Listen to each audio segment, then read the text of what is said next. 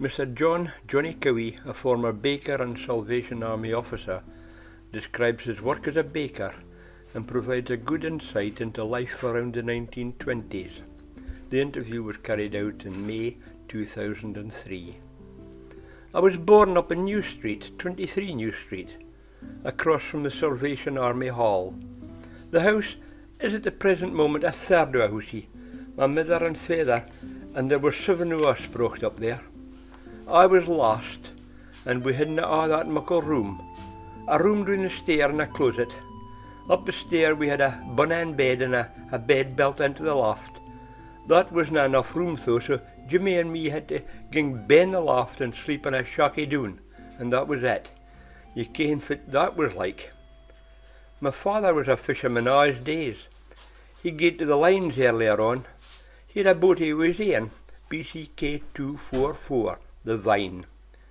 My mother used to shield and bait, shield the mussels and bait the lines, and then carry them down in a creel down to the harbour. 23 women would gather and come home for the harbour together. They used to come back and rest on Joe Grant's railings. That was what they did. After that they gied to the heron gutting.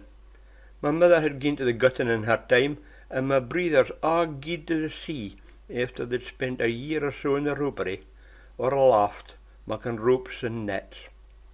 When it was my time, my mother and father said, "Dinna go to the sea. Look, dinna go to the sea, there's nothing in't." At that time of day the men weren't getting a living, and there came a time that they wouldn't gang unless they got a guarantee of 10 shillings a week. They got that whether they went out or no, but afore that you just got what you made, and that was it. So I said, well, I'll bide ashore. Well, I was a message boy with Willie Loban for a year. After that I gied and served my time with Charlie Forbes as a baker. I started at 12 bob a week, and I finished with 39 bob, but he paid me off because he couldn't afford to keep on a journeyman. After that I got a job with Young's. Here I got £12.10 a week, and I wouldn't call the king my cousin. Aye, £12.10 a week. Oh, aye. But I was with Charlie Forbes' partner down in Yarmouth, selling loaves. Charlie sent them down in boxes, and Hannah and me get down. Hannah get down in the train, and I get down in the Lavinia, the drifter, to save a fare, and we sell the loaves to the boats.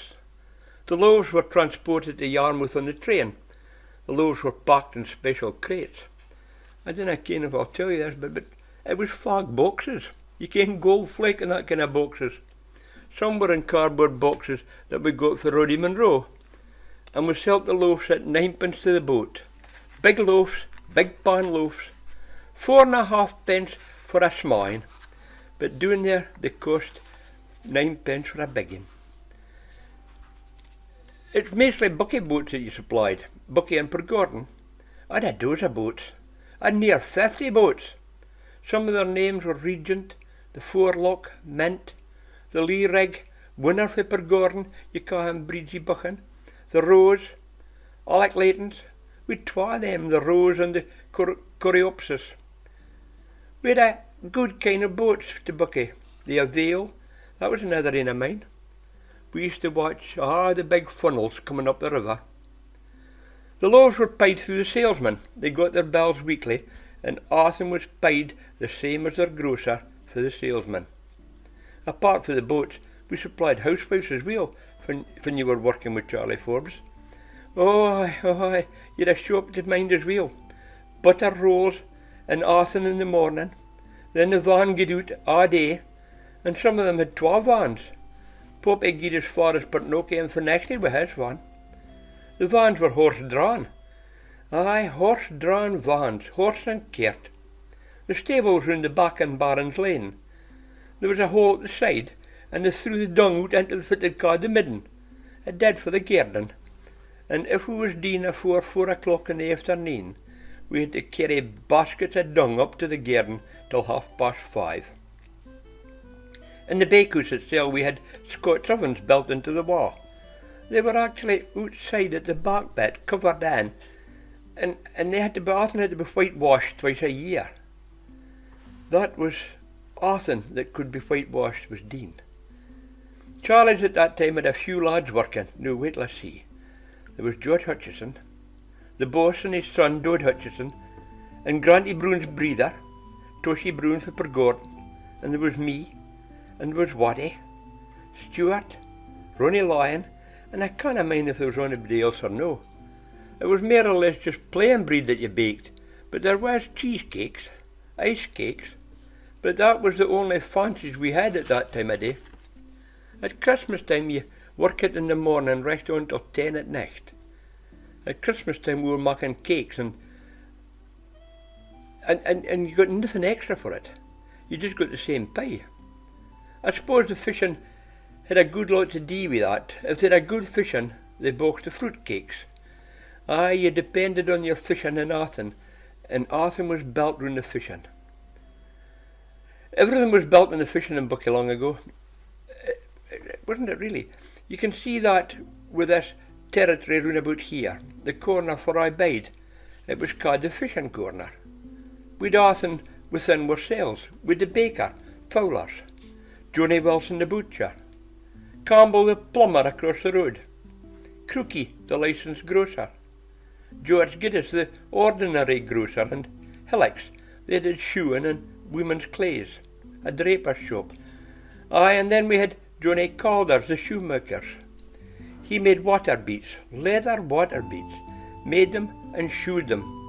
Cost about £6, handmade. And then Wilkie Ross the painter. We had Athen within ourselves here at this corner, and the pub, Maver's Bar. That was the Anchor Bar. The Anchor Bar was just for Willie Oggs who says no. Good trade in the pub. Ah, well, they did all right. The men gied and by coming up for the harbour, I suppose. I mind any time my mother telling me that Big Dodie and them gied up by, you see, for the harbour, and she said, "Far's Dodie Cope?" Oh, he says, he's gied in by Mavers. Ah, well, she said, that's all right. So she put on her shawlie, and she gied a wadu, and she stood up beside him, and he says, "What you needin'?" And she says, "The same as you." He says, "Oh, well," she says, "come on home," and that was the finish of that. But oh no, it was hard times that time of day. Tatey next door had his in New Street. There was about 6 of us in houses altogether. She bought a whole load of peats, and the money came round and teamed them out in the middle of the street, and they parted them out in bundles, whatever it was, divided them equally as far as they could, and somebody got round the back of Tatey's out of the road and cried, "4 yards this!" And the answer would be, "Oh, that's Jesse Cones, that's Nell Bullens, oh, that's Isa Roses," and so on. And that's the why they were all yarded together. You carted them in hearing baskets. Aye, you did the same with sticks. They bought a load of sticks and teamed them out in the middle of the street, hard-wet blocks, aye for the country, and you teamed them out in the middle of the street, and you gied a wa and parted them out. There was generally 4 coal carts coming round, McQuillam's, the Lime Company, Murray and Cowie, and Sandy Reid. 4 coal carts come round, and I've seen them come into the street. 3 a hen in another, and them all ringing their bells, but you all had your own coalman. The fisher folk at that time, well, I was with Willie Loban. I got round with what you called the fish orders, and that was afore the summer fishing started.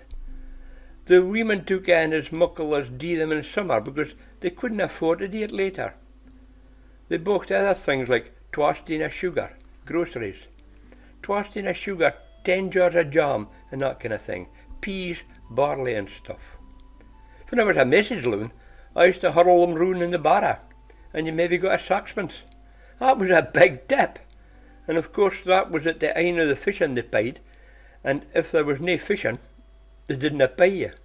You see, everybody depended on the fishing. We ate well. We'd good enough meat. Neeps and tatties we was brought up on, and cabbage and tatties. Things like that, but we had rice pudding on Sunday. And if there was neeps and tatties left, they were put into the oven in a bowl. The oven was at the side of the fire, and father was home for school first, got the best of the soup, and then you got a shave of loaf wheat. Aye, there was 8 shekel on the table, and you didn't eat till supper time.